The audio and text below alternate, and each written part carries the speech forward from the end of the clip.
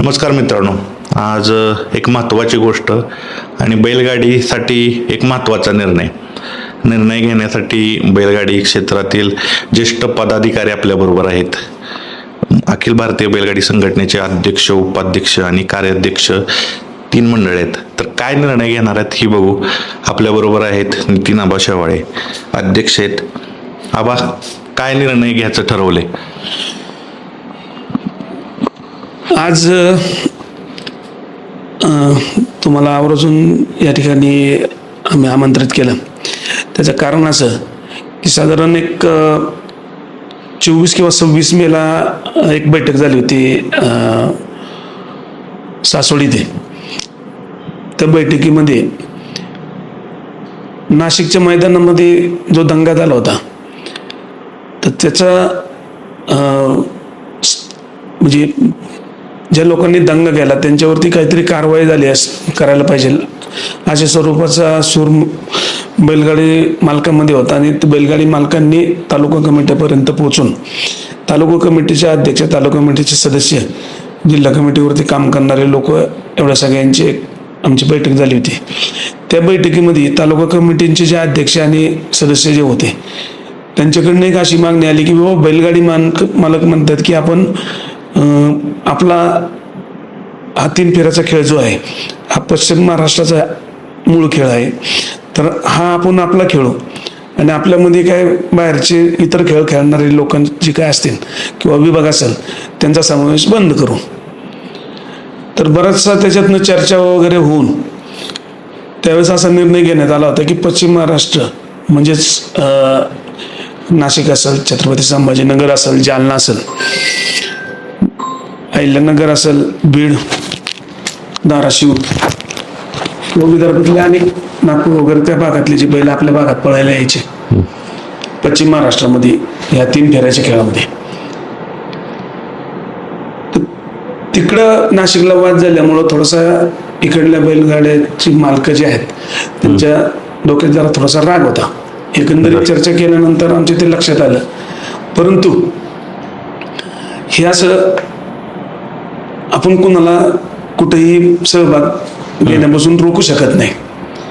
तर तुर्तास त्या टायमाला आम्ही ज्येष्ठांनी एक विचार असा केला, म्हणजे सर्व जे ज्येष्ठ पदाधिकारी होते, मला वाटतं त्यावेळेस मी होतो, आनंदाप्पा होते, दत्ता गायकवाड होते, धनंजय ताते होते, उदयदादा होते, अजून विलास पैलवान होते, विलास देशमुख, अजून बरेचसे लोक होतं. नंतर बैठक झाल्यानंतर आम्ही थोडासा विचार केला की आपण कुणाला असं मज्जाव करू शकत नाही कुठंही जायला किंवा कुठेही सहभाग नोंदवायला. पण जर सहभाग नोंदवला तर ह्याच्यातनं भांडण्याची दाट शक्यता होती. जो काही थोडाफार राग होता लोकांच्या डोक्यात पश्चिम महाराष्ट्रामध्ये, त्याच्यातनं काहीतरी वादिवाद होऊ नये किंवा अनिष्ट प्रकार काही घडू नये असा विषय डोक्यात ठेवून आम्ही त्यावेळेस सांगितलं की थोड्या दिवसापुरतं आपण पश्चिम महाराष्ट्र आणि उत्तर महाराष्ट्र ही विभाग वाईज दोन्ही जिकडे तिकडे खेळायचं. बरोबर. थोडे दिवस जोपर्यंत बाबा हा विषय शमत नाही तोपर्यंत असा निर्णय घेऊया. थोड्या कालांतराने आपण सर्व परत आपण एकत्र खेळू वगैरे. त्या पद्धतीने तो आपण विभाग वाईज म्हणलं तरी चालेल. पश्चिम विभाग आणि उत्तर विभाग थोडे दिवस खेळलो, 2-3 महिने. आणि पावसाळा पण होता, मैदानं जास्त नव्हती, त्याच्यामुळं तो निर्णय घ्यायला सोपं पडलं. परंतु हा निर्णय घेतल्यानंतर उत्तर महाराष्ट्रातल्या काही बैलगाडी मालकांना थोडंसं त्याच्यामध्ये असं वाटलं की आमच्यावरती अन्याय होतो वगैरे.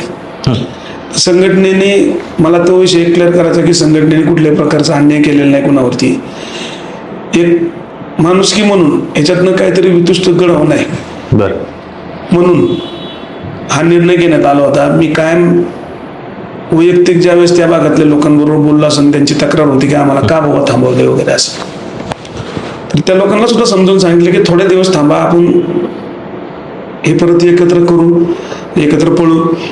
परंतु थोडे दिवस थांबा, जरा थोडासा लोकांच्या मनात राग असेल किंवा काय असेल, उद्या कुठल्याही विषयावरनं काय जर झालं तर वादविवाद होऊन मैदानामध्ये एकतर बैलगाडी मालक असं सर्व रागीत बुद्धीचे आहेत माझ्या अंदाजाने, आणि तिथं कार्याला वैरे म्हणणारे कमी नाहीत. त्याच्यामुळे जिकडले तिकडे राहिल्यामुळं तो विषय यायचा नाही आणि वाद होणार नाही म्हणून आम्ही तो विषय केला होता. संघर्ष टाळण्यासाठी. तरी सुद्धा उत्तर महाराष्ट्रातल्या लोकांना थोडंसं ते अन्यायकारक वाढलं. त्याच्यानंतर बऱ्याचशा गोष्टी झाल्या, बैठकी झाल्या, बैठकीमध्ये अनेक गोष्टी बोलल्या गेल्या. अध्यक्षांविषयी बोलले असतील, सचिवांविषयी बोलले असतील संघटनेच्या, काही आपल्याकडल्या लोकांचे वादविवाद झाले, शाब्दिक चकमकी झाल्या.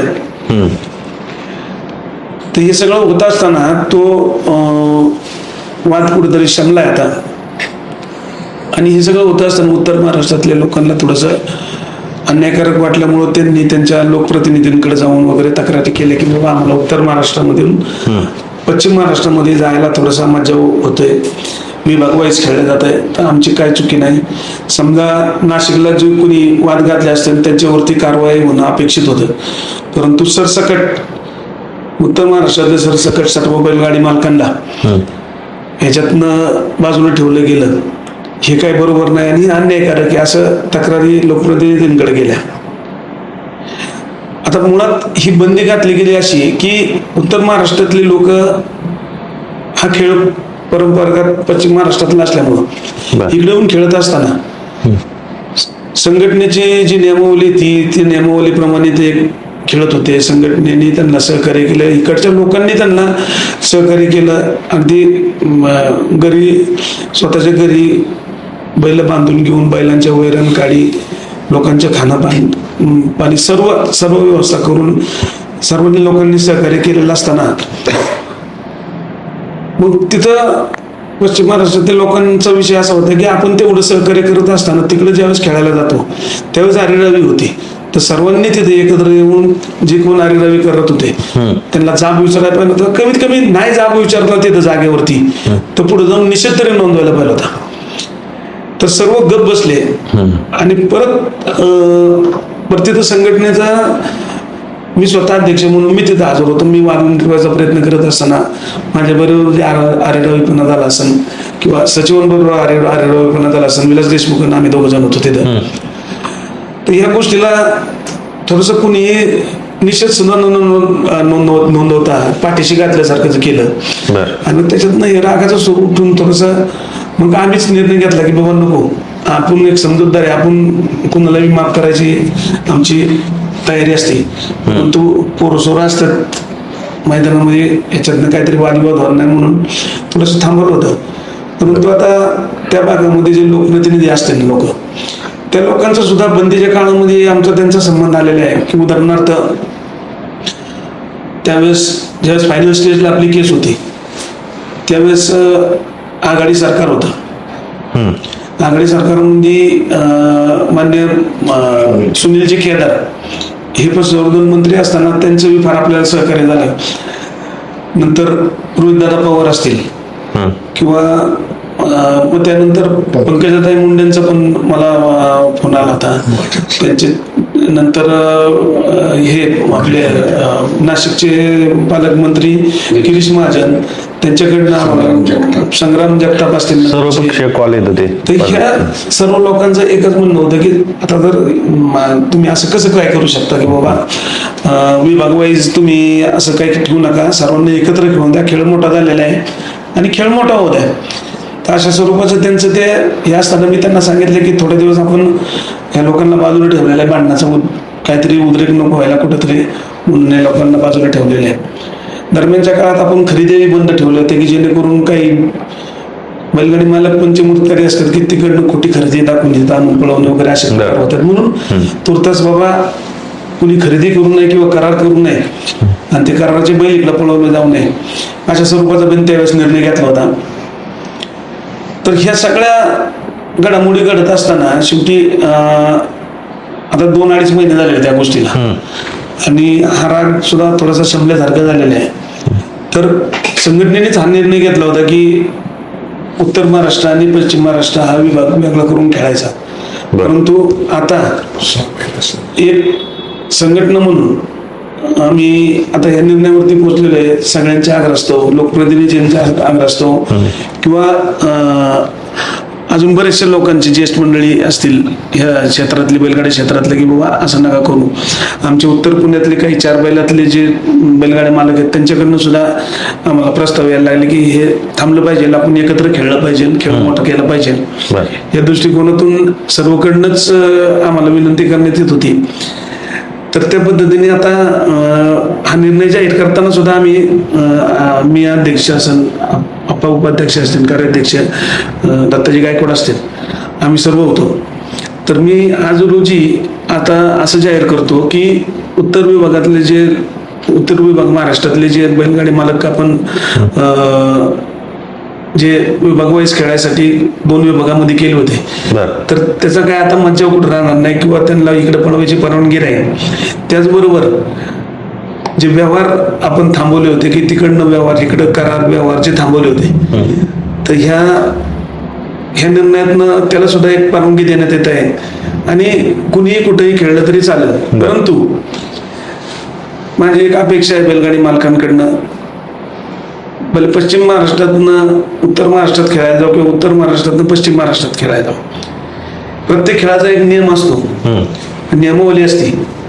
ती नियमावली कुणीही कुठेही गेलं तर ती नियमावली पाळली गेली पाहिजे.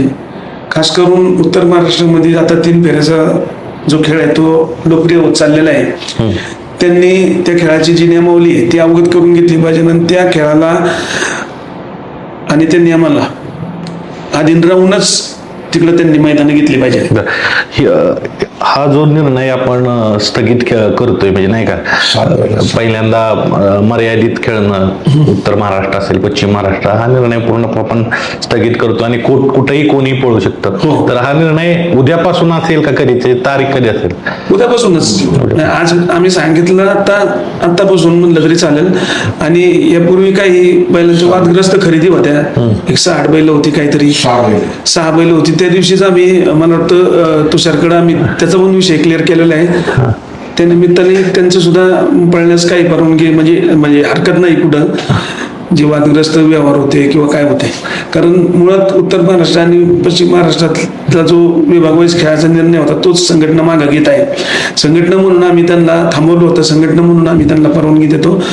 फक्त आम्हाला वेगवेगळ्या लोकप्रतिनिधींच्या असतील, संघटनांच्या असतील, याविषयी विचारणा होऊन त्यांच्या आग्रहास्तव म्हणा हा निर्णय घेण्यात आलेला आहे.